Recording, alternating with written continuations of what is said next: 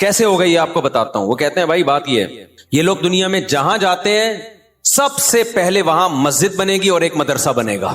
سارے مل کے چندہ کر کے سب سے پہلے کیا بنائیں گے؟ غیر مسلم کنٹریز ہے نا بھائی، مسجد سے تعلق ختم ہوا تو نوجوانوں کا اسلام سے تعلق ختم. بھائی یہاں جیسے ہی اسٹے ہوا سب سے پہلے کیا بنے گی؟ مسجد اور ایک مدرسہ. اور اپنے خاندان کا بچہ عالم بنے گا. اپنے خاندان کا فرد جب عالم بنتا ہے نا اس کی بات کچھ اور. دیکھو ہمارے خاندان کے ارد گرد بہت سارے مولانا لوگ تھے، ہمارے گھر کے جو مستورات ہیں، ہمارے بھائی سب لوگ بیان سنتے تھے، وہ اثر نہیں تھا. جب میں گیا ہوں نا مدرسے میں تو میرے سب بھائیوں نے داڑیاں رکھ لی، سب مستورات نے شرعی پردہ کر لیا. تو یہ انسان کی فطرت ہے کہ اپنے گھر کا فرد جب دین کی طرف جاتا ہے یا عالم بنتا ہے اس کی بات کا اثر لوگ زیادہ لیتے ہیں. کسی کو تبلیغ جماعت سے نفرت ہے نا، اپنے بھائی کو بھیج دو، نفرت ختم. کیونکہ آپ کا بھائی جا رہا ہے نا. تو انسان کی نیچر ہے، وہ اپنے خاندان کو برا بلا نہیں کہہ سکتا. ہمارے ایک دوست تھے جماعت اسلامی کو بہت برا بلا کہتے تھے. ان کی شادی ہو گئی کسی ایسی لڑکی سے جو جماعت اسلامی کی تھی.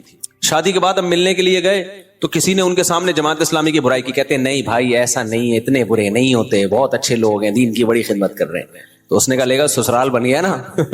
یہ فطرت ہے انسان کی. نبی صلی اللہ علیہ وسلم نے جو اتنی ساری شادیاں کی ہیں نا اس کی ایک بہت بڑی وجہ یہ تھی کہ عرب کے سرداروں کی بیٹیوں سے شادی کر لی، تاکہ وہ سردار جو اتنے دشمن تھے جب ان کی بیٹیوں سے شادی ہو گئی تو ان کی دشمنی ختم. یہ بھی سیاست تھی. نکاح اس لیے بھی کیا جاتا ہے دشمنیاں ختم کرنے کے لیے. تو بہت ساری مسئلتیں ہیں. تو اب گجراتی لوگ کیا کرتے ہیں، جہاں جائیں گے مسجد بنائی، مدرسہ، اور مدرسے میں اپنا پیسہ لگائیں گے اور پھر اپنے بچوں کو مدرسے میں داخل، اسکول بھی پڑھائیں گے تاکہ تعلیم بھی ہو، ساتھ ساتھ مدرسہ بھی پڑھو گے، دونوں تعلیمیں چلیں گی ساتھ ساتھ. اس کا نتیجہ کیا نکلے گا؟ اسکول سے صرف تعلیم ملے گی، ماحول نہیں، ماحول مدرسے والا. تو اس طرح سے انہوں نے جوڑ کے رکھا ہوا ہے اپنی لوگوں کو. تو کہاں سے کہاں بات چلی گئی. خیر جب انسان ٹریولنگ کرتا ہے بہت کچھ یار، کہاں افریقہ کے جنگلوں میں تبلیغی جماعت کا کام نظر آتا ہے، باہر ملکوں میں جا کے کوئی پہاڑ پتھر نہیں چھوڑا یار. جس جنگل میں ہم ہرن مارنے گئے وہاں جنگل میں جماعتیں پہنچی ہوئی ہیں. ابے آدمی حیران ہوتا ہے یار یہ تم کیا ہو بھائی، جنگلوں میں جماعتیں پہنچی ہوئی ہیں، وہاں کالوں پہ محنت ہو رئی ہے، اتنے بلیک اندھیرے میں نظر ہی نہیں آتے. تو اللہ معاف فرمائے، یعنی بہرحال وہ اس کو خوبصورتی سمجھتے ہیں، وہ اس کو خوبصورتی سمجھتے ہیں. ان میں محنت ہو رہی ہے، اتنا پسماندہ طبقہ، غریب طبقہ، ان پہ محنت ہو رہی ہے. انسان کے نا دینی دعوت میں 2 نمبر ہونے کی ایک علامت یہ کہ صرف مالداروں کو فوکس کرے، غریبوں پہ محنت نہ کرے. یہ خود اس کی علامت ہے، یہ بندہ لالچی ہے. جن علماء کی محفل میں ہر وقت مالدار لوگ آگے آگے ہوتے ہیں، غریب پیچھے پیچھے یا ہوتے ہی نہیں، اس کا مطلب کیا ہے کہ اس عالم کے دل میں غالب گمان یہ ہے کہ دولت سے محبت ہے، اس کو دین کی فکر نہیں ہے. کیونکہ دین کی جہاں بھی دعوت گئی ہے نا غریبوں کی ہمیشہ کثرت ہوئی ہے. تو بعض جگہ ہم نے دیکھا ہے مالدار ہی مالدار نظر آئیں گے، ایسا لگتا ہے غریب کا تو یہاں کوئی بسر ہی نہیں ہے. تو اس کا مطلب بھائی یہ بندہ ہی ٹھیک نہیں ہے جو دین کی دعوت کا کام کر رہا ہے، مخلص نہیں ہے. ہمارے شیخ مفتی رشید احمد صاحب بہت مالدار تھے، لیکن ان کی جو مجلس لگتی تھی نا آدھی سے زیادہ اس میں غریب، آدھے سے زیادہ غریب ہوتے تھے. اس میں رکشے والے، ٹیکسی والے، ٹماٹر والے لوگ آتے تھے، کہتے تھے یار یہ اتنے بڑے مالدار ہیں اور بیٹھے ہوئے کون ہیں؟ غریب لوگ. ہمارے حضرت نے میرے سامنے ایک ٹھیک ٹھاک مالدار آدمی کو پیچھے بٹھایا، بہت بڑے سیٹ تھے، آگے بیٹھے ہوئے تھے، اور کچھ غریب علماء پیچھے بیٹھے ہوئے تھے. علماء تھے لیکن غریب تھے. انہوں نے فرمایا علماء کی عزت زیادہ ہے اسلام میں، تو آپ تھوڑا سا پیچھے بیٹھ جائیں، ان کو آگے کریں. لیکن وہ بھی نیک آدمی تھا، اٹھ کے پیچھے چلا گیا آرام سے. تو انہوں نے فرمایا جب اصلاح کے لیے آئے ہو نا تو پھر آپ کی اصلاح یہی ہوگی کہ آپ نے کہاں بیٹھنا ہے؟ پیچھے بیٹھنا ہے. تو یہ بڑا مشکل ہوتا ہے. خیر تو میں نے جو قرآن مجید کی آیتیں پڑھی ہیں وہ آیتوں میں اللہ نے کیا فرمایا؟ الا المصلین. اللہ فرماتے ہیں کہ جو لوگ ڈپریشن کا شکار ہو جاتے ہیں، جلد بازی میں فیصلے جلد بازی میں کرتے ہیں، ان میں تدبر نہیں ہے، غور و فکر نہیں ہے، تو لیکن کچھ علامتیں اپنے اندر پیدا کر لو تو تمہارے اندر سے جلد بازی، جس جلد بازی کے نتیجے میں ڈپریشن ہوتی ہے، خودکشی کے خیالات آتے ہیں، یعنی زندگی سکون کی گزرے گی تمہاری. اس کے لیے چند کام کرنے پڑیں گے. نمبر 1 نماز کی مکمل پابندی. آپ یقین کر لو جتنا ڈپریشن سے نماز بچاتی ہے نا کوئی چیز نہیں بچاتی. اسٹریس اور ڈپریشن کی 20 گولیاں ایک طرف، جس کا نماز میں دل لگ گیا نا بس اس کی زندگی مزے کی بن جاتی ہے. اور نماز میں دل نہ لگ رہا ہو نا کئی رکعتیں پڑھو ہمت کر کے. اصول بنا لو، جس کام میں دل نہیں لگتا نا وہ کام کرنا شروع کر دو، دل لگے گا، اور پھر ڈبل لگنا شروع ہو جاتا ہے. میں بہت سی مثالیں دیتا ہوں نا، دوڑا نہیں جاتا چلنا شروع کرو، چلا نہیں جاتا ہلکا ہلکا چلو، اپنے نفس پہ بوجھ ڈالو،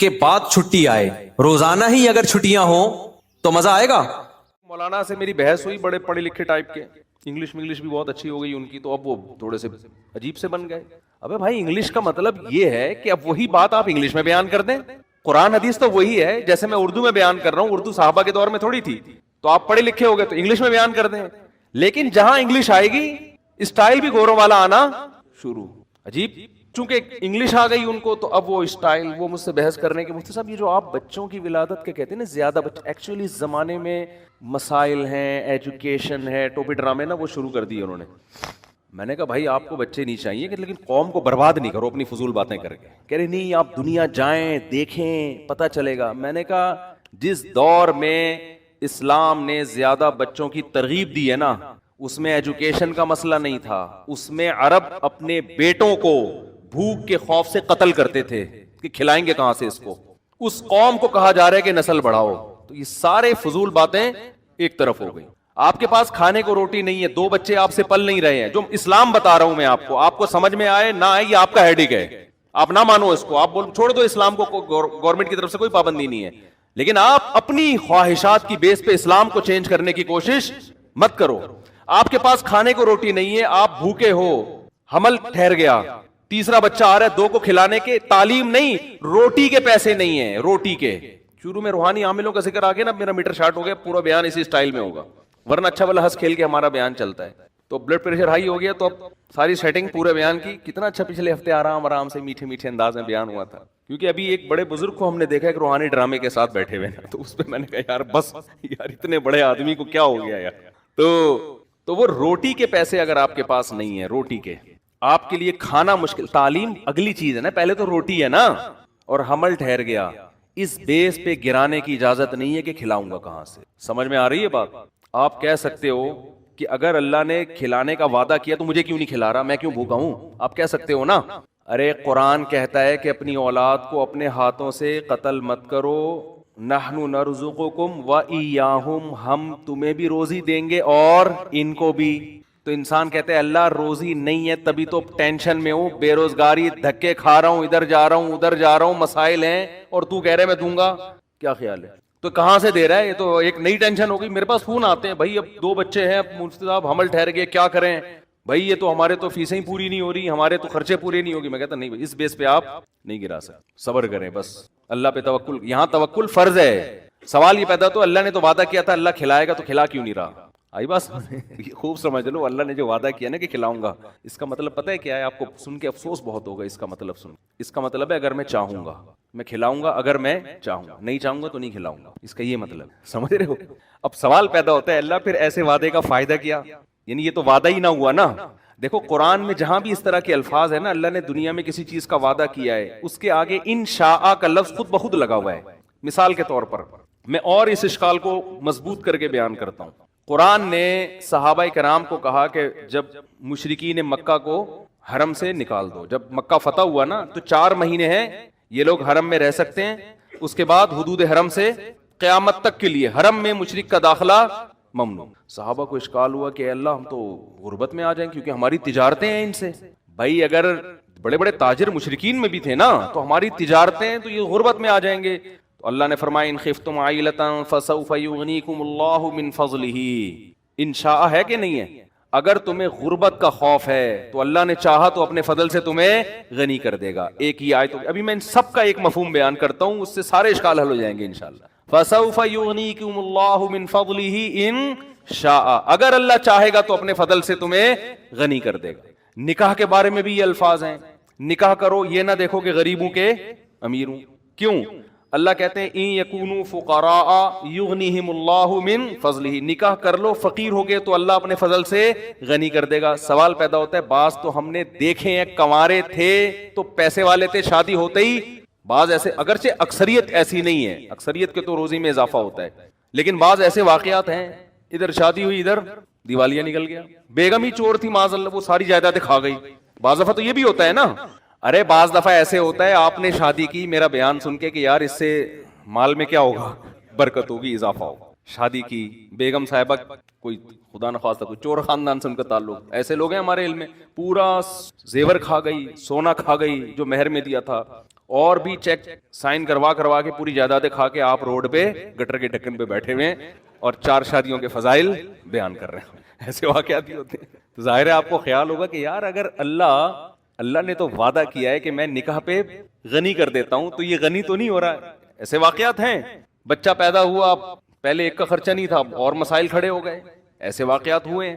سمجھ میں نہیں آ رہی میرا خیال ہے بات. اسی طرح قرآن کہتا ہے وما من دابۃ الا علی اللہ رزقها, زمین پہ کوئی چوپایا ایسا نہیں ہے جس کا رزق اللہ کے ذمے نہ ہو. لیکن ہم دیکھتے ہیں جانور بھوک سے مرتے ہیں. سمجھتے ہو, جانور بھی بھوک سے مرتے ہیں. ایسے جانور ہیں, انسانوں کی خطاؤں سے بھی مرتے ہیں. تو خوب سمجھ لیں قرآن میں جہاں بھی اس قسم کے وعدے ہیں اس کا مطلب ہے اگر میں چاہوں گا. اب سوال پیدا ہوتا ہے کہ اگر اللہ کے چاہنے سے یہ تو پھر وعدہ تو وعدہ نہ رہا نا. دیکھو آپ نے کسی مزدور کے ذمے ایک کام لگایا, مزدور کو آپ نے کہا کہ یار یہ 10 فٹ کا گڑھا کھود دے, میں تجھے 1 کروڑ روپے دوں گا. پہلے آپ نے کہا میں تجھے 1 لاکھ روپے دوں گا, اس نے کہا نہیں. آپ نے کہا چل 1.5 کر لے, اس نے کہا نہیں. آپ نے کہا 1 کروڑ دوں گا. ایک دم جوش میں آئے گا نا, اور ایک دم جوش میں آئے گا یار 10 فٹ گڈھے کے 1 کروڑ. آپ نے کہا اگر میں چاہوں گا, وہ کھودے گا. نہیں آئی بات سمجھ. وہ کہے گا بھائی تو چاہے گا کیا مطلب, اگر تو نہیں چاہ. میں نے ایک صاحب سے پیسے کوئی چیز بیچی نا, تو پتہ نہیں 1 لاکھ کی تھی 1.5 لاکھ کی تھی. انہوں نے کہا میں آپ کو کل پیمنٹ دوں گا. میں نے کہا بھائی آپ مجھے کیا پتا یار, میں آپ کو جانتا نہیں ہوں, آپ مارکیٹ سے شارٹی ہو جاؤ. ہم بعض دفعہ اپنا بکرے بیچ کے آ رہے ہوتے ہیں, دمبا کسی کو پہنا کے آ رہے ہوتے ہیں, لوگ ہمیں پہناتے ہیں, پھر اپنے دوسروں کو پہنانا پڑتا ہے ہمیں. ٹھیک ہے, تو کہتے نہیں اللہ نے چاہا تو میں کل دے دوں گا. میں نے اگر اللہ نے نہیں چاہا تو میں کیا کروں گا بتا, میں تجھے کہاں تلاش کروں گا. اگر مجھے یقین ہو کہ اللہ چاہے گا کہ تو مجھے دے گا, اللہ چاہے گا کہ تو مجھے دے گا, تو میں 1 دن کیا میں 1 مہینہ انتظار کر لوں گا. لیکن اگر اللہ نے تو مجھے نہیں بتایا کہ میں چاہوں گا کہ نہیں چاہوں گا. اگر اللہ نے نہیں چاہا تو میں تو تجھے فون کروں گا بھائی میرے پیسے دے, تو کہے گا اللہ نے چاہا ہی نہیں. کیا کہ ہمیں کیا ملے گا. اب جب ہم لوگوں کے بارے میں یہ بات سوچتے ہیں یار یہ کیوں اٹک رہا ہے یہاں پہ, یہ اللہ نے چاہا نا تو ہمارا مائک سسٹم ایک دن انشاءاللہ ٹھیک ہو جائے. تو اب شکر ہے صحیح ہو گیا, بس بیٹھ جاؤ, بڑے خراب نہ ہو جائے. تو اب سوال پیدا ہوتا ہے کہ اللہ نے جو اتنے وعدے کیے, یہ کرو گے تو یہ ملے گا, یہ دنیا کے وعدے, تو اس میں علماء کہتے ہیں ہر وعدے کے ساتھ یہ جڑا ہوا ہے انشاء. اللہ نے رزق کا وعدہ کیا, اللہ کے ذمے ہے, اور اللہ دے گا بشرطے کہ اللہ چاہے گا. تو اب اللہ چاہے گا ہی, پر جب چاہت پر ہی ہے تو پھر مطلب کیا ہوا. تو یاد رکھو یہاں جو اللہ چاہے گا مطلب وہ نہیں ہے جو ہم سمجھ رہے ہیں, اس کا وہ مفہوم نہیں ہے جو ہم کلام الناس میں, عام لوگوں کے کلام میں مفہوم لیتے ہیں. علماء کہتے ہیں جہاں بھی قرآن میں آتا ہے نا, قرآن میں آیا کہ مشرکین کو حدود حرم سے نکال دو, غربت کا خوف ہے تو اللہ چاہے گا تو غربت دور کر دے گا. تو یہاں اصل میں یہ سمجھایا جاتا, نکاح کرو, فقر کا خوف ہے تو اللہ چاہے گا تو فقر دور کر دے گا. یہاں اصل میں یہ فلسفہ سمجھایا جا رہا ہے کہ غنا اور غربت اس کا نکاح سے تعلق نہیں ہے, اس کا اللہ کی چاہت سے تعلق ہے. اگر نکاح اس خوف سے نہیں کیا کہ میرے پاس پیسے جمع ہو جائیں گے, تو اللہ چاہے گا تو ہوں گے, نہیں چاہے گا تو نہیں ہوں گے. تو اللہ کی چاہت حاصل کرنے کے لیے وہ کام کرنا جو اللہ کی مرضی کے خلاف ہو, تو اس میں اللہ کہاں چاہے گا, اور اگر چاہے گا تو تمہارے نقصان کے لیے چاہے گا. پھر وہ سمجھ میں آ رہی ہے بات کہ نہیں آ رہی. اس کا تعلق کیلکولیشن سے, اسباب سے نہیں ہے, اس کا تعلق کس سے, اللہ کی چاہت سے. تو جب آپ کو پتا ہے کہ اس کی جیب سے پیسے میں اس کی مرضی کے بغیر نہیں نکال سکتا, تو اس کی نافرمانی کر کے اگر میں پیسے نکال بھی لیے میں نے, تو وہ پیسے مجھے راس نہیں آئیں گے, وہ میرے لیے فائدے کے بجائے نقصان. اور اگر اس کو خوش کر لیا اور یہ پیسے مجھے نہیں دے رہا, مجھے پتا ہے یہ غیرت مند آدمی ہے, احسان فراموش نہیں ہے, اس کا مطلب نہ دینے میں میرا ہی فائدہ ہے, یہ مجھے کسی اور طرح سے آزما رہا ہے. سمجھ میں نہیں آ رہی بات, میرا خیال ہے.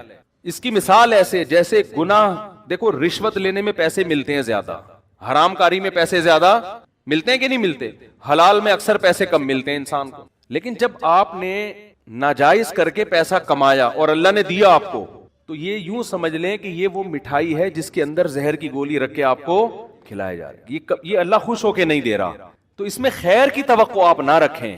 اور آپ نے حلال پہ قناعت کر لی اور بالفرض نہیں مل رہا, تو یہ وہ زہر ہے جو دیکھنے میں زہر لگ رہا ہے لیکن یہ اینٹی بایوٹک ہے, یہ آپ کی اصلاح کے لیے, آپ کو فائدہ پہنچانے کے لیے, اس میں خیر ہے.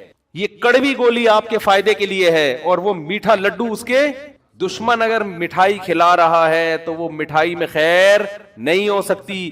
دوست اگر آپ کو کریلے کا جوس بھی پلا رہا ہے تو آپ کی شوگر لیول کو کنٹرول کرنے کے لیے پلا رہا ہے, نہیں آئی بات میرا خیال ہے سمجھ میں؟ تو یہ جو قرآن کہتا ہے نا نکاح کرو اگر غریب ہو گئے اللہ مالدار کر دے گا، اس کا مطلب ہے کہ دولت اور امیری کا تعلق اللہ کی چاہت سے زیادہ ہے، شادی بیاہ سے نہیں ہے۔ تو اگر تم نکاح نہیں کرو گے عین ممکن ہے اللہ اس سے بھی زیادہ غریب کر دے، اس سے بھی زیادہ غریب، اور نکاح کرنے کے بعد بھی اگر غریب کر رہا ہے تو چاہتا تو اللہ تم امیر کرنا تھا کیونکہ اللہ نے وعدہ امیری کا کیا ہے، لیکن اگر غریب کر رہا ہے اس میں کوئی مصلحت ہے، وہ مصلحت تمہیں بنانا، تمہارے گناہوں کو معاف کرنا، تم میں توکل پیدا کرنا اور ناکامی کے نقشوں میں کامیابی پیدا کرنا ہے۔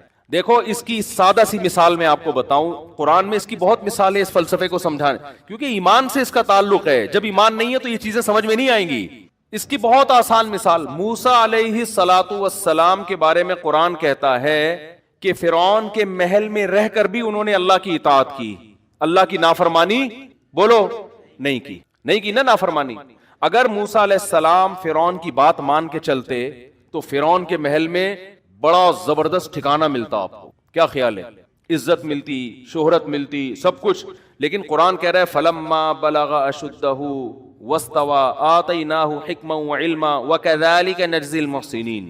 جوانی کی دہلیز پر قدم رکھا، ہم نے علم اور حکمت سے نوازا، ہم نیک لوگوں کو ایسے ہی علم اور حکمت دیتے ہیں۔ پیسے نہیں ملے، کیا مل رہا ہے؟ علم اور حکمت۔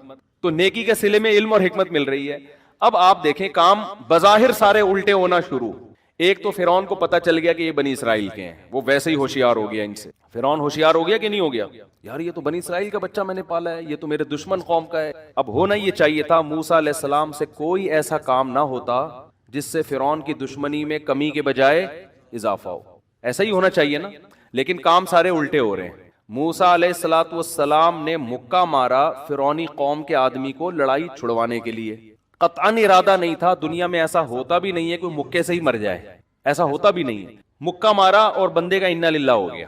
اب بتاؤ کوئی وہاں ہوتا وہ کہتا ہے یار یہ کیا مسئلہ، ایک طرف تو اللہ نے وعدہ کیا کہ نیک لوگوں کے ساتھ میں اچھا سلوک کرتا ہوں، اور موسیٰ علیہ السلام کی والدہ بھی کہتی ہیں اے اللہ تو نے ایک طرف میرے بچے کو صندوق سے نکال کے بچایا اور یہ کیا اور یہ غلطی کروا دی، مکے میں اتنا ان کو، میرے بیٹے کی تو ایسی کوئی نیت تھی نہیں، قتل ہو گیا بھائی، اور قتل بھی کس کا ہوا ہے؟ فرعون کے بندے کا قتل ہوا ہے، بچنے کا کوئی چانسز نہیں ہے، پہلے ہی چھپتے پھر رہے ہیں۔ چلو بات چھپ گئی، دوپہر کے وقت غفلت کا وقت تھا، سارے قیلولہ کیا کرتے تھے اس زمانے میں، قرآن کہہ رہے کسی کو پتا نہیں چلا، اور بنی اسرائیلی وہ مخبری نہیں کرے گا کیونکہ وہ موسیٰ علیہ السلام ان کی قوم کے تھے، اس کو پتا تھا بھائی انہوں نے جان کر نہیں کیا، میں اپنے بندے کو بچاؤں گا، وہ بھی چپ۔ موسیٰ علیہ السلام بھی آرام سے سکون سے ٹھیک ہے بھائی ختم ہو گیا قصہ، بس ایک بندے کی لاش ملی ہے، پتہ ہی نہیں چل رہا کس نے کیا ہے۔ اگلے دن موسیٰ علیہ السلام کی نیت اپنے بندے کو پکڑنے کی، دوبارہ دیکھا نا وہی بنی اسرائیلی کسی دوسرے فرعونی سے جھگڑ رہا ہے۔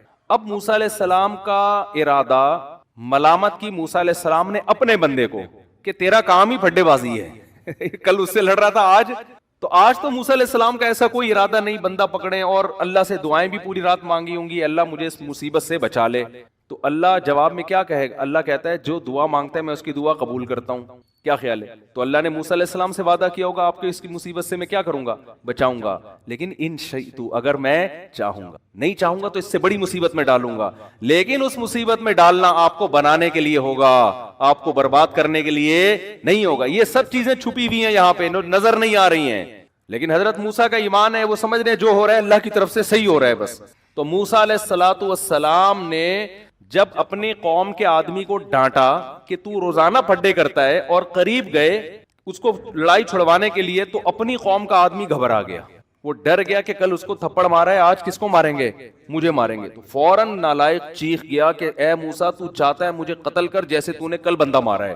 بات فوراً کیا ہو گئی؟ پھیل گئی۔ اب بتاؤ یہ حالات سدھر رہے ہیں بگڑ رہے ہیں؟ بگڑ رہے ہیں نا حالات، الٹی کہانی چل رہی ہے۔ اور پھر بالآخر مخبری ہو گئی، پھر موسیٰ علیہ السلام نے اللہ سے بڑی دعائیں مانگی ہوں گی، شکر ہے کوئی تعویذ والے کے پاس نہیں گئے، کوئی روحانی علاج والے کے پاس نہیں گئے، یار میرے تو سارے کام الٹے ہی ہو رہے ہیں، سارے کام ہی الٹے ہو رہے ہیں میرے۔ پہلا کام کہاں سے الٹا ہونا شروع ہوا؟ صندوق میں حضرت موسیٰ کی ماں نے اللہ کے حکم سے اپنے بیٹے کو ڈالا، فرعون سے بچانے کے لیے، نہ کہ فرعون کے پاس پہنچانے کے لیے۔ پہلا کام الٹا یہاں سے شروع ہوا کہ وہ صندوق کھولا ہی فرعون نے، ہے بھائی؟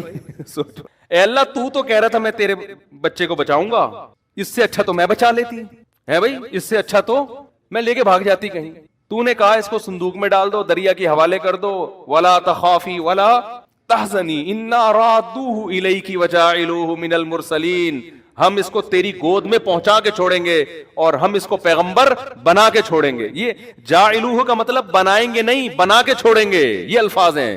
لیکن کیسے بنائیں گے؟ جیسے ہم چاہیں گے. آپ کے حساب سے نہیں بنیں گے یہ پیغمبر. آپ کا ماں کی تو یہ خواہش ہے یہ جائیں اور اگلے اسٹیشن سے واپس میری گود میں آ جائیں دوبارہ, ٹھیک ہے نا.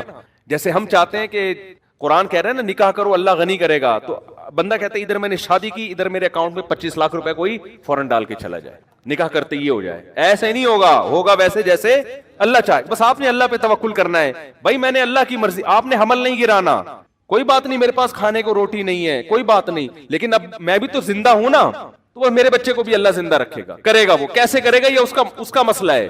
مجھے اس بیس پہ حمل روکنے کی اجازت نہیں ہے. یہ اسلام کی تعلیمات ہیں. بس صبر کرنا ہے, کوئی بات نہیں. افغانستان میں اگر افغان لوگ غربت کی وجہ سے حمل روکتے تو کیا آج اتنے لاکھوں جوان اسلام دشمن قوتوں سے لڑنے کے لیے پیدا ہوتے وہاں پہ؟ تو مر چکے تھے, ختم ہو چکے تھے. انہوں نے کہا کوئی بات نہیں, بھوکے ہیں, کھانے کو کپڑا نہیں ہے, پہننے کو لباس نہیں, کوئی بات نہیں, نسل نہیں روکنی ہے. وہی بچے کلاشن کوفیں لے کر جوان ہوئے ہیں اور وہی پھر اپنے باپ کی معیشت میں ترقی کا ذریعہ بن رہے ہیں. اس میں توکل فرض ہے آپ پر. تو خیر موسیٰ علیہ السلام پہلا کام الٹا کیا ہوا کہ موسیٰ علیہ السلام کی ماں کہہ سکتی تھی اللہ تو نے تو کہا تھا کہ میں بچاؤں گا, یہ بچانا ہے, ادھر پہنچا دیا. یہ تو فرعون, اور فرعون کا ارادہ تھا قتل کرنے کا, وہ تو بچ گیا اتفاق سے, ٹھیک ہے نا. اور اب جب اس محل میں پل کے جوان ہو گیا تو اب بندہ مر گیا, یہ دوسری غلطی. چلو مر گیا, چھپی رہتی نا بات, لوگوں کو تو پتا نہیں تھا. اے اللہ تو اس بنی اسرائیلی کا منہ کسی طرح بند کروا دیتا کہ وہ نہ بولتا, اس نے بول دیا اور بات دنیا میں پھیل گئی.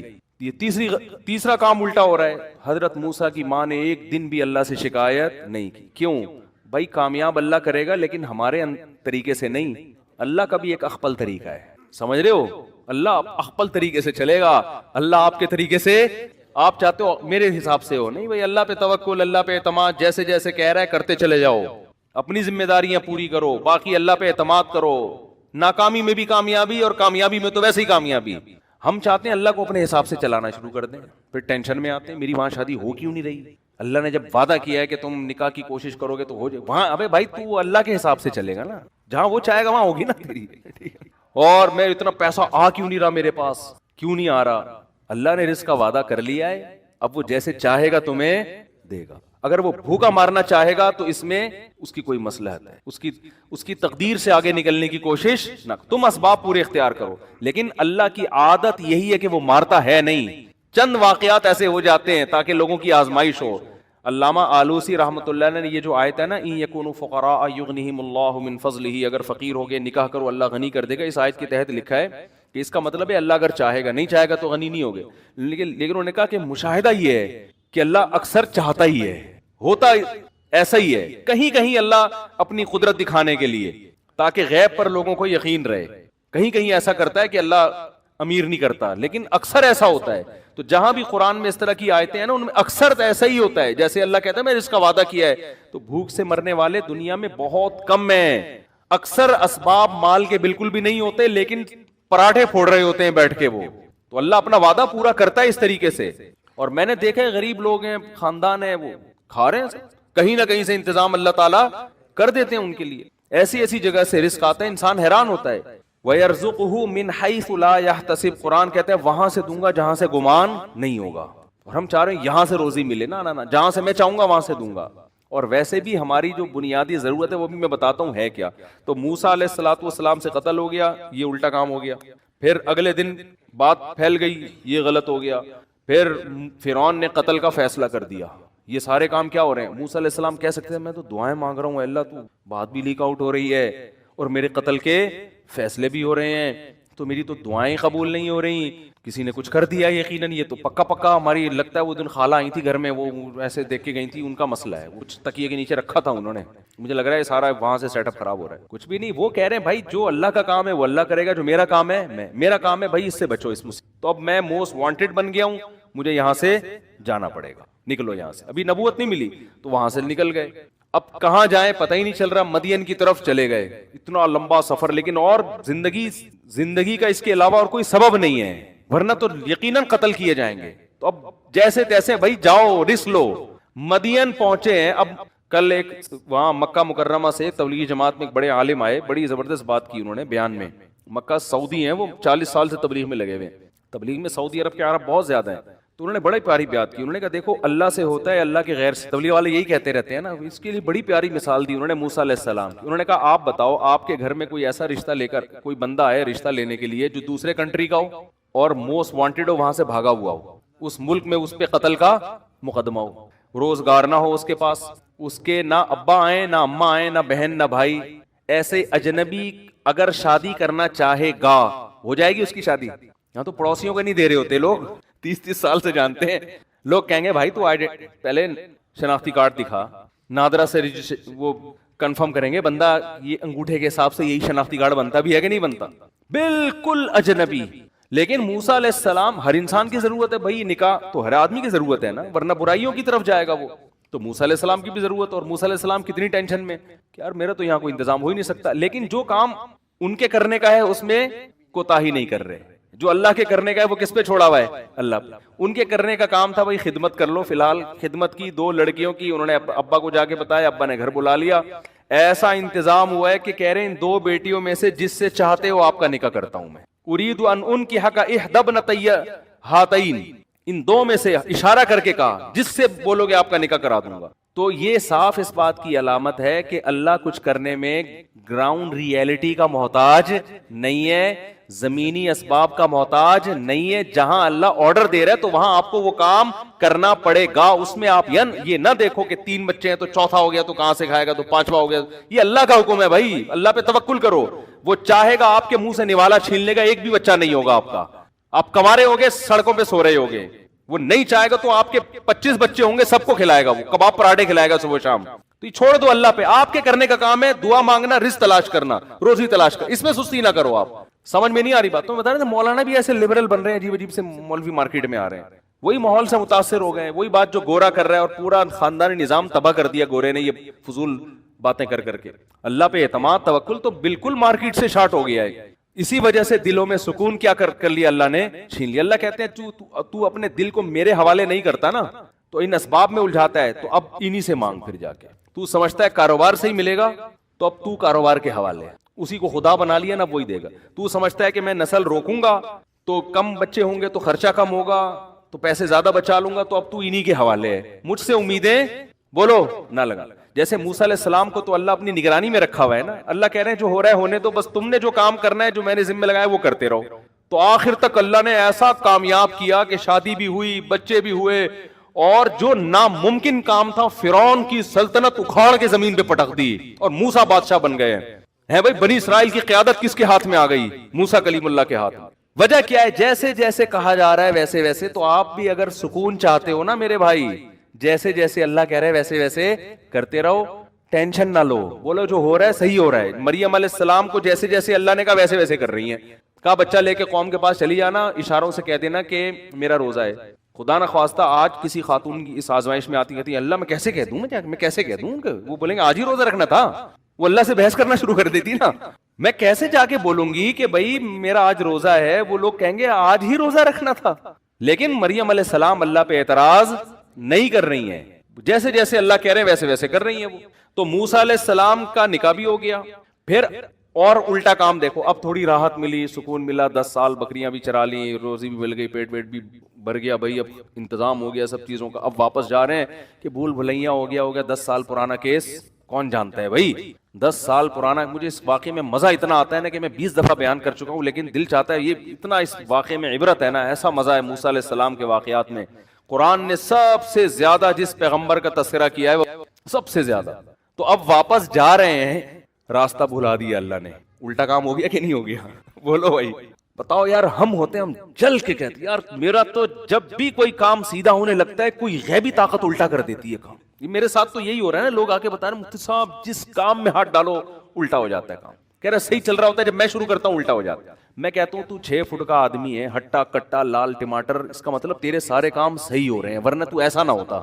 میری صحت ایسی نہیں ہے جیسی تو نے بنائی ہوئی ہے. اس میں سب صحیح ہو رہا ہے تبھی تو اتنا موٹا تازہ ہو گیا. تو خراب ہو رہا ہوتا تو مر چکا ہوتا اب تک. لیکن دیکھتے ہی نہیں کہ نعمتیں کیا ہیں. بس جو آزمائشیں ہیں ان کو ہوا بنایا ہوا ہے, جو اللہ کی نعمتوں کی برسات ہے ان کے بارے میں سوچتے ہی نہیں ہے.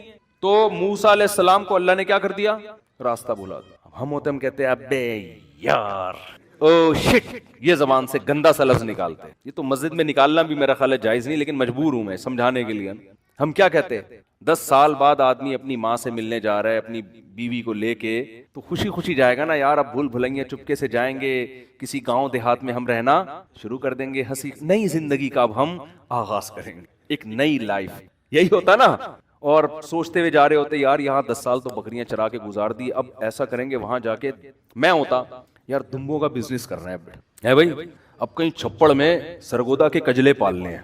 میرے دماغ میں نا کجلا مسلط ہوا ہے. آج بھی میں منڈی گیا, کیونکہ ہمارا ابھی چھوڑو یار, پھر اپنے پرسنل قصے لے کے بیٹھ جاتا ہے. میرا خاندانی دمبا تھا, مارتا بہت تھا, بیچ دیا ہم نے, لیکن اب وہ ویسا مل نہیں رہا. میں تو وہ گارڈ کو مارا اس نے. ہمارا جو گارڈ ہے شمس, اس کو سنائی نہیں دے رہا تھا 3-4 دن تک. نا میں بات کرتا, ادھر سے بات کرو تو جواب دے گا, ادھر اس طرف سے بات کرو تو جواب ہی نہیں دے گا. تو کہنے لگا دمبے نے مارا ہے. بہت ٹارزن بن گیا تھا, پھر ہم نے بیچ دیا اس کو. لیکن اب اس ٹائپ کا مل نہیں رہا. تو شیخ چلی کی طرح نا ہم سوچ رہے ہوتے, شیخ چلی نا سر پہ انڈے رکھ کے جا رہا تھا, تو اس کے جو سیٹھ نے اس کو سر پہ انڈے رکھوائے. پہلے دیسی انڈے ہوتے تھے, ان سے چوزے بھی نکلتے تھے. تو شیخ چلی نے سوچا ابے اگر تو یہ انڈے لے کے بھاگ جا تھوڑی دیر کے لیے, فرض کر تو انڈے لے کے نکل لے یہاں سے, یہ 100 انڈے ہیں, بھاگ کے نا کہیں چھپ جانا, ان 100 انڈوں پہ مرغی بٹھانا, مختلف مرغیاں, 100 چوزے نکلیں گے. پھر کچھ نر ہوں گے کچھ مادہ ہوں گے, تھوڑے بڑے ہو جائیں گے تو مرغے بیچ دوں گا, مرغیاں رکھوں گا, پھر بریڈنگ ہوگی اس سے, پھر اتنے انڈے, کیلکولیشن کرتے کرتے پھر ایک دن آئے گا میرا پورا پولٹری فارم ہوگا. پھر میں مرغیوں کا بزنس سوچتا ہوا جا رہا ہے نا, پھر میرا بزنس پھر ہوتے ہوتے ایک دن آئے گا پیسوں کی ریل پہ. پھر میں کسی خاندانی اچھی مالدار لڑکی سے شادی کروں گا, پھر میرے بچے ہوں گے, پھر میرا بنگلہ ہوگا, پھر بچے ایک دن آئیں گے ابو پیسے, میں کہوں گا چلو بھاگو یہاں سے. جیسے یوں کیا تو انڈے کا ٹکڑا نیچے. تو سیٹھ نے کہا کہ نالائق, اگر تیرا پاؤں کہیں ٹھوکر لگی ہوتی, اس پہ انڈے گرے ہوتے, تو میں کہتا غلطی, تو نے تو خود یوں کر کے گرایا ہے, پیسے نکال. وہ کہتا تو اپنے انڈوں کو سوچ رہا ہے, میرا پورا خاندان تباہ ہو گیا. تجھے فکر ہے کمبخت اپنے 100 انڈوں کی, میرا پورا خاندان تباہ برباد ہو گیا, تو انڈوں کو رو رہا ہے. تو یہی چل رہا ہے مارکیٹ میں. شیخ چلی کے منصوبے نہ بناؤ بھائی, جو اللہ جو جیسے جیسے اللہ کہہ رہا ہے کرتے چلے جاؤ. بزنس بھی کرو, بہت زیادہ سوچنے کی ضرورت نہیں ہے, ملے گا اتنا جتنا اللہ چاہے گا, ورنہ ایسا نہ ہو کہ پورا کنبہ ہی تباہ ہو جائے. آپ ٹینشن انسان اس وقت لیتا ہے جب اللہ سے آگے نکلنے کی کوشش کرتا ہے, جو کہ لوگ کر رہے ہیں. جو کہ لوگ, عورت چاہتی ہے کہ میرا میاں بس مجھے دیتا رہے. نہیں بھائی, اس سے یہ لالچ ہے, آپ کا امیج خراب ہو جائے گا شوہر کی نظر میں. وہ کہے گا میری بیوی لالچی ہے, پیسے پہ نظر لگا کے بیٹھی ہوئی ہے. اس سے ہو سکتا ہے اگر یہ استغنا ہوتا, قناعت ہوتی, تو اللہ بہت زیادہ. میں ایسے مردوں کو جانتا ہوں, ان کے دل اتنے بڑے ہیں, وہ کہتے ہیں, مجھے بتاتے ہیں یار اگر میری بیوی میں لالچ نہ ہوتی, میں اپنی ساری پراپرٹی اس کے نام کر دیتا, لیکن لالچی ہے, میرا دل نہیں کرتا. اب اس عورت کو کیا پتا کہ تو نے چند پیسوں کی لالچ میں کروڑوں روپے کا اپنا نقصان کر دیا. بعض اولاد قناعت پسند ہوتی ہے, ابا کی جائیدادوں پہ نظر نہیں رکھتی. وہ کہتے ہیں ابا آپ ہم سے لو. باپ کا دل اتنا بڑا ہو جاتا ہے, یار میں سب کچھ ان کے لیے, ان کو زندگی میں دے کے چلا جاتا ہے وہ. لیکن وہ باپ کرے گا جس کو اولاد کے بارے میں اطمینان ہوگا کہ میری دولت پہ نظر نہیں ہے, یہ میری خدمت کرتے ہیں اللہ کے لیے. لیکن جب باپ کو یہ احساس ہونا شروع ہو جاتا ہے نا یہ لالچی ہیں, ایسے باپ ہم نے دیکھے ہیں, وہ کہتے ہیں سارا ٹرسٹ میں دے دو, ان کم بختوں کے 1 روپیہ نہیں دوں گا, اور روڈ پہ پھر رہے ہوتے ہیں. وہ بالکل صحیح ہوتا ہے ایسے بچوں کے ساتھ. تو بھائی اللہ تو اس سے زیادہ, یہ اللہ کا تو اس سے زیادہ ہے. اللہ کہتے ہیں مجھ سے ناجائز طریقے سے چھیننے کی کوشش کرو گے, دیوالیاں نکال دوں گا تمہارا. اگر دوں گا بھی نا تو دل سے سکون چھین لوں گا. دولت کا مقصد سکون ہوتا ہے. دیکھو اللہ اگر ظاہری میں دولت چھینتا رہتا ہے نا تو آزمائش ختم ہو جاتی. ہم کہتے ہیں وہ ناجائز کرتا ہے, دیکھو اتنا, وہ تو غریب ہے, اور حلال کمانے والے اتنے کروڑ پتی. تو اللہ نے ظاہری طور پر دولت حرام کمانے والوں کو بھی دی, لیکن سکون اللہ نے ان سے چھین لی. جا کے دیکھو گھروں کے اندر, ہم تو کتنے کیسز آتے ہیں, میاں بیوی میں محبت نہیں ہے, اولاد میں, بیوی شوہر مرنے والے انگوٹھے لگوا کے اپنی جائیداد اپنے نام کرا لی. صحیح ہے نا, ایسی. ایک بزرگ نے ایک بڑا اچھا واقعہ سنایا, بہت زبردست, کہ تقویٰ کسے کہتے ہیں, عورت کو ایسا ہونا چاہیے, تقویٰ اسے کہتے ہیں. یہ سوچ بن جائے نا تو بڑی سکون کی زندگی. تو وہ انہوں نے ایک واقعہ بتایا کہ ایک آدمی نے کہیں چھپ کے شادی کر لی, پرانے زمانے کا واقعہ ہے, اور پہلی بیوی کو نہیں بتایا. جب شادی کی ہے تو موت سے چند دن پہلے بتا دیا ہوگا یا پتہ چل گیا ہوگا یا پتہ چلنے کی وجہ سے ہی مرے ہوں گے، واللہ عالم. بہرحال وہ انا للہ ہو گیا ان کو. جیسے ہی پتہ چلا ان کا چانس یہی ہوتا ہے کہ جب پتہ چلے گا تو اب آپ کی زندگی کے دن بہت تھوڑے سے رہے، انتقال ہو گیا.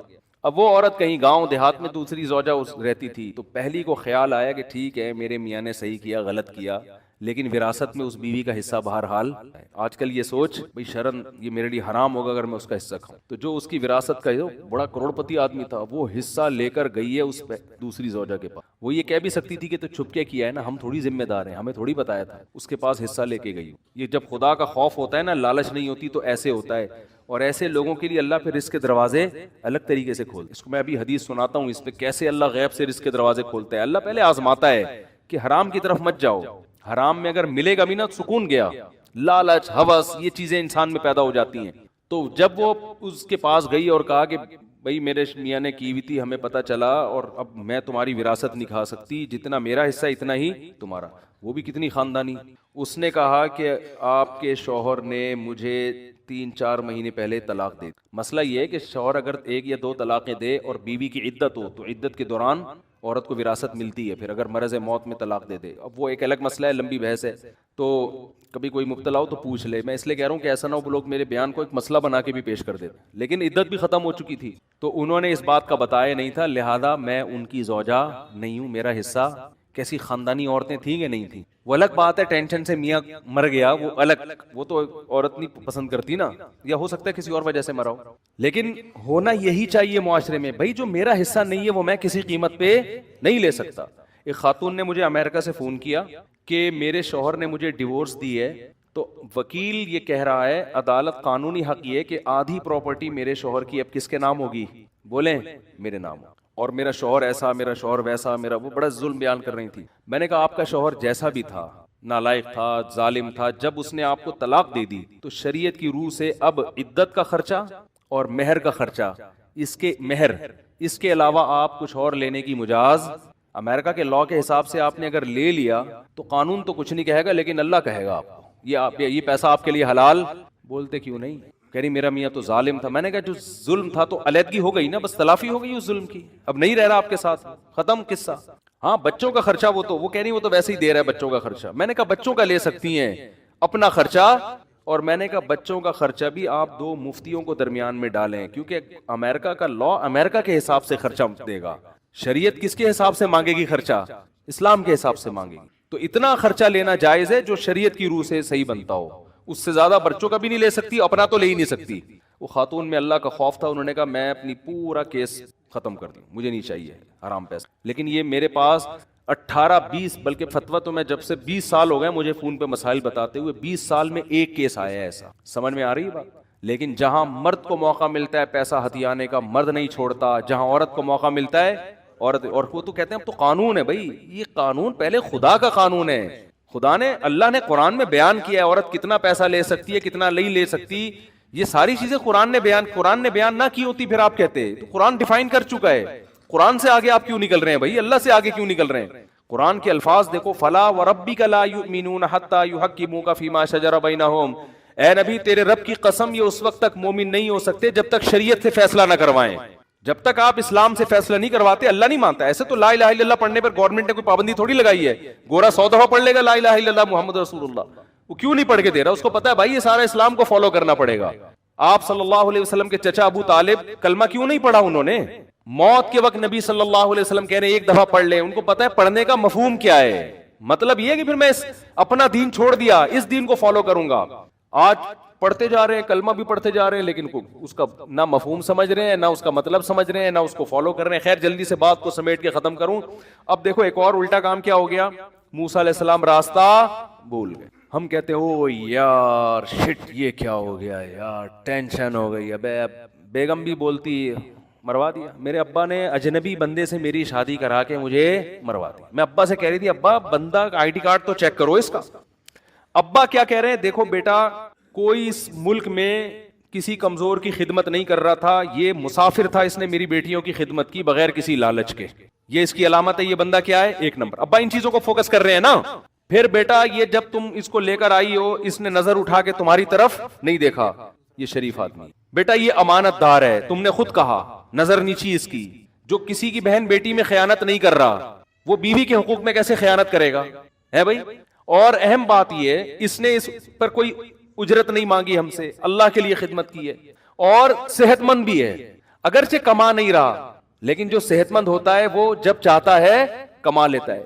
دیکھو دو چیزیں رکاوٹ بنتی ہیں, یا تو صحت نہ ہو پھر انسان نہیں کما سکتا, یا صحت مند تو سست ہو. سست لوگ کبھی بھی, میں ایسے ایسے سستوں کے جانتا ہوں الحمدللہ ہمارے محلے میں ہیں کہ آپ حیران ہوں گے ان کی, آپ کہیں گے یار ان کو انعام ملنا چاہیے, لیکن بہت زبردست صحت میں اٹھتے ہی نہیں. میں واقعہ سناؤں تو آپ حیران ہو جاؤ, آپ ہنس ہنس کے زمین پہ لیٹ جاؤ. سچے واقعات ہیں, چھوڑو یار سنانے نہیں چاہتا میں, اب موضوع چینج ہو جائے گا. سچے واقعات ہیں, جھوٹے نہیں ہیں. سست کے ایسے واقعات ہیں جو آپ کہو یار ایسا بھی ہوتا ہے, لیکن وہ میں مسجد میں سنا مجھے بھی مناسب نہیں ہے. کبھی چھاؤں میں آئیں گے اکیلے انشاءاللہ میں آپ کو سناؤں گا, وہ مسجد میں سنانے کے نہیں. ایسے سست ہیں کہ بس چھوڑو یار, کیا بتاؤں میں. تو سست کتنا بھی صحت مند ہو, اول تو تھوڑے دن تک صحت رہتی ہے, پر وہ سست آدمی ویسے بیمار ہو جاتا ہے. تو انہوں نے دیکھا کہ نہ ان کے اندر سستی ہے, نہ یہ کمزور ہیں, اور ایماندار بھی ہیں. رزق کون دے گا؟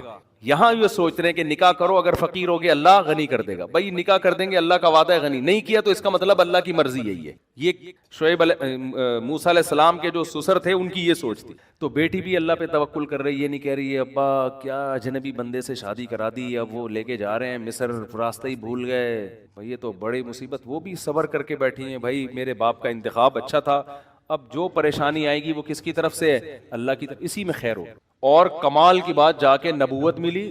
تو نبوت ملتے ہی جن سے فرار ہو کے گئے تھے, اللہ کہنے جانا کدھر ہے؟ سیدھا فرعون کے پاس, اس کے محل میں جا کے کہنا ہے کہ تو رب نہیں ہے, رب کون ہے؟ اللہ ہے. تو یہ تو ایسا ہو گیا کہ میں کہتا ہوں کہ اگر ہم ہوتے, ہم کہتے ہیں اللہ یہ تو بالکل ہی لاجیکل باتیں تیری, یہ کس طرح کی اللہ باتیں کر رہے ہیں, میں موسٹ وانٹیڈ آدمی, مجھے تو وہ بھنک پڑے گی, قتل کر دیں گے. اگر تو مجھے یہ کہتا کہ جا کے کسی اور کو دین کی دعوت دے, تو یہ بھی خطرہ تھا کہ فرعون کہے گا میرے ملک میں میری ایک نئی تحریک کھڑی ہو گئی ہے جو دوسرے مذہب کی طرف بلا رہی ہے, اور تو کہہ رہا ہے جا کے بات کس سے کرنی ہے؟ ڈائریکٹ فرعون سے.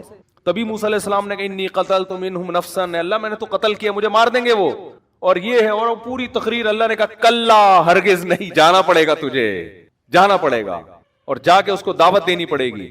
اور پھر اتنی آزمائشیں, جب موسیٰ علیہ السلام گئے فرعون کو دعوت دی, جو کچھ آزمائشیں قرآن بیان کر رہا ہے. موسیٰ علیہ السلام بنی اسرائیل کو بھی تسلیاں دے رہے ہیں, اللہ کی مدد آئے گی, اللہ کی مدد آئے گی, ادھر بھی تسلیاں دے رہے ہیں. یہاں تک کہ قرآن کہتا ہے بنی اسرائیل پر اور مصیبتیں شروع کر دی فرعون نے, اور عذاب شروع ہو گئے.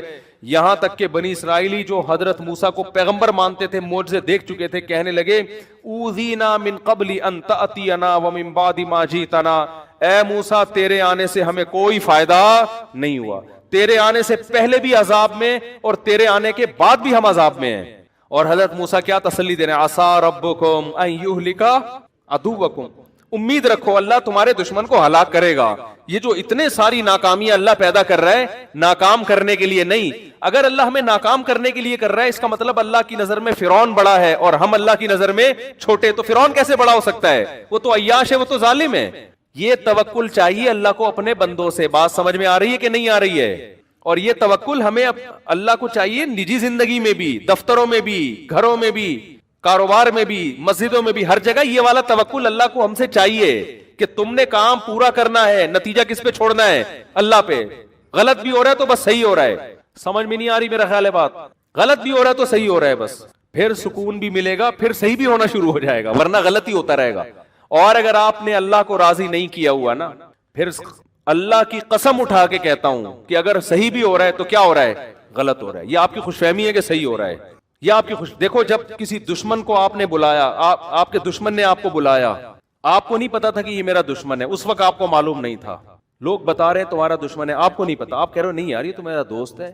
اس نے رسگلوں کا ڈبہ سامنے لا کے رکھ دیا, آپ نے 3 رسگلے کھا لیے. بعد میں کسی نے ثابت کر دیا کہ یہ کون تھا آپ کا, آپ فوراً الٹی کی گولیاں کھاؤ گے, یار یہ رسگلے نکالو, یہ اتنا بڑا دشمن ہے, یہ تو مجھے قتل کرنے کے لیے تلاش کر رہا تھا. آپ کو ان رسگلوں سے بو آنا شروع ہو جائے گی, خوف آنا شروع ہو جائے گا. جو اللہ والے لوگ ہوتے ہیں نا, گناہ کرنے کے بعد اگر ان کو عزتیں ملیں, پیسے ملیں, گناہ بھی ہو رہے ہیں پھر بھی سب کچھ مل رہا ہے, وہ اس پیسے سے, عزت سے کبھی خوش نہیں ہوتے. کہتے ہیں اللہ کوئی مجھے بڑی تباہی میں ڈالنا چاہ رہا ہے, کیونکہ موسیٰ علیہ السلام نے جب فرعون کو دعوت دی ہے تو فرعون کی ترقی کا گراف کم کے بجائے اور اوپر جانا شروع, اور بنی اسرائیل پر ظلم کا گراف وہ بھی اوپر جانا شروع, یعنی وہ اور تنزل کی طرف جانا شروع ہو گئے.